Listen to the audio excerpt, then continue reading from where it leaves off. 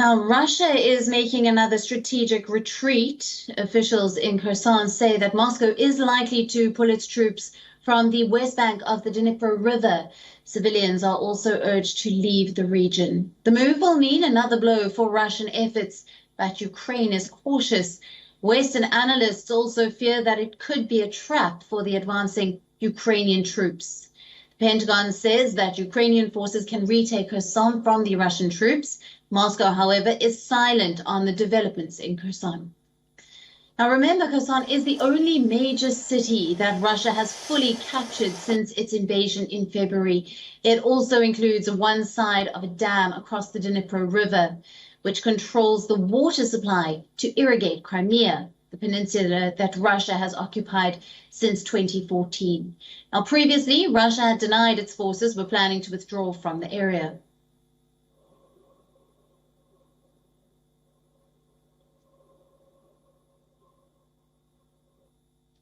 In September, Moscow declared it had annexed Ukraine's Kherson, Donetsk, Luhansk, and Zaporizhia regions after staging so-called referendums. The move was rejected as bogus and illegal by Kyiv and the West. Now, elsewhere, too, raging battles continue in Ukraine. These are images from Kyiv region, where Ukrainian army can be seen firing the BM-21 Grad multiple rocket launchers towards Russian positions.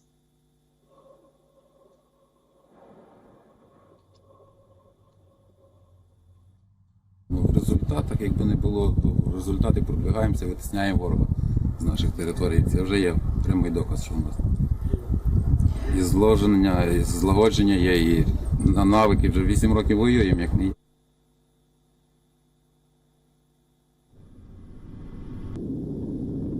Ну вот видишь, ушли оттуда и здесь как раз вот. А 866 по нам работали? Работаю по нему. Работаем с максимальной дальностью. Now, there is also no let-up in Russian firepower. Over the past 24 hours, Russian forces have launched 3 missiles and 16 airstrikes on Ukrainian targets, as well as massive shelling from its artillery units. On the southern front, Russian fire hit more than 35 towns.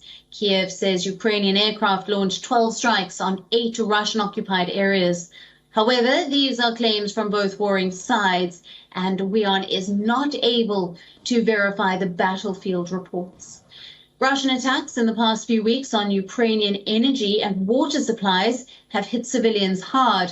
Ukrainian President Volodymyr Zelensky says 4.5 million Ukrainians in the capital Kyiv and 10 other regions are temporarily without power.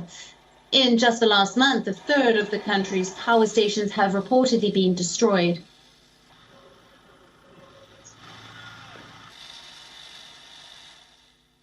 Now, for more on this, we're being joined by Ruslan Reportnik, a political analyst from Kyiv. Thank you for being with us. Now, how do you see the reports of the Russian retreat from Kherson? Hello, colleagues. It's not easy to answer your question because from our side, it seems like the armed forces of Russian Federation and armed forces of Ukraine are playing a complex military political game around the city of Kherson, and both sides are trying to provoke each other into an exhausting offensive operation in order to prepare the counteroffensive attacks.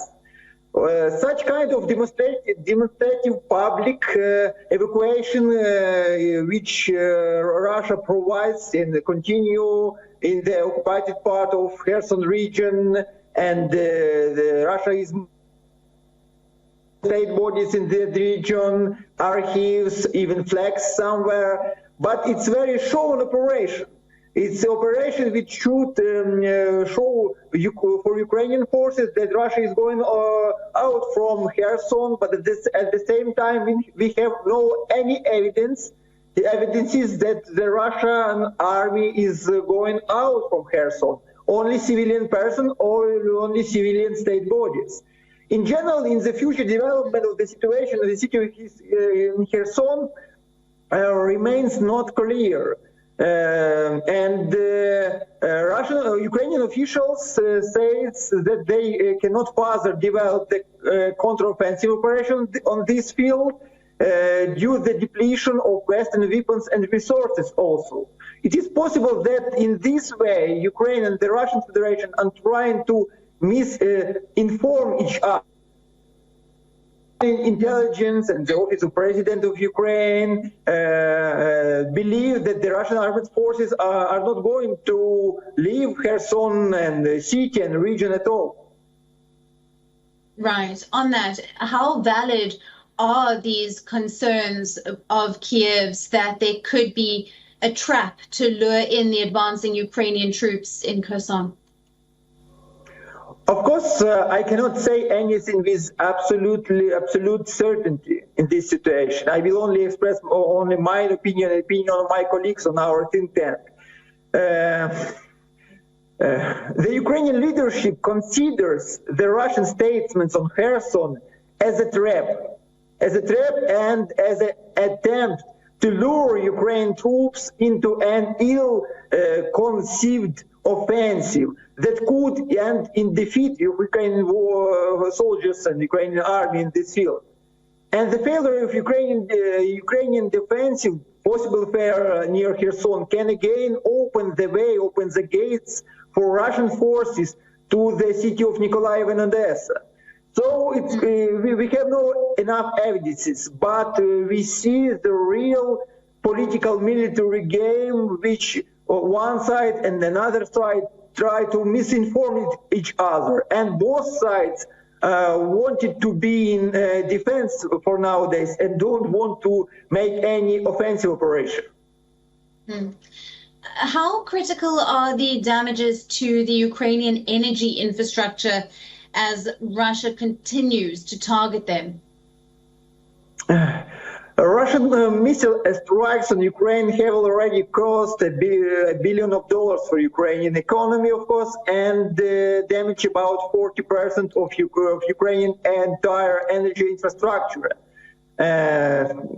Power plants, thermal plants, hydroelectric plants, and the most important electricity distribution system to consumers.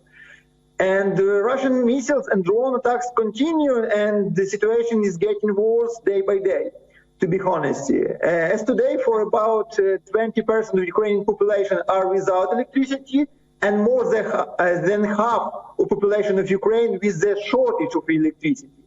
We have a big problem, and as I know, the Ministry of Energy of Ukraine yesterday, in the meeting with the presidential faction of Servant of People, said that Ukrainians should be prepared for the weeks without electricity. Situation is getting worse and worse.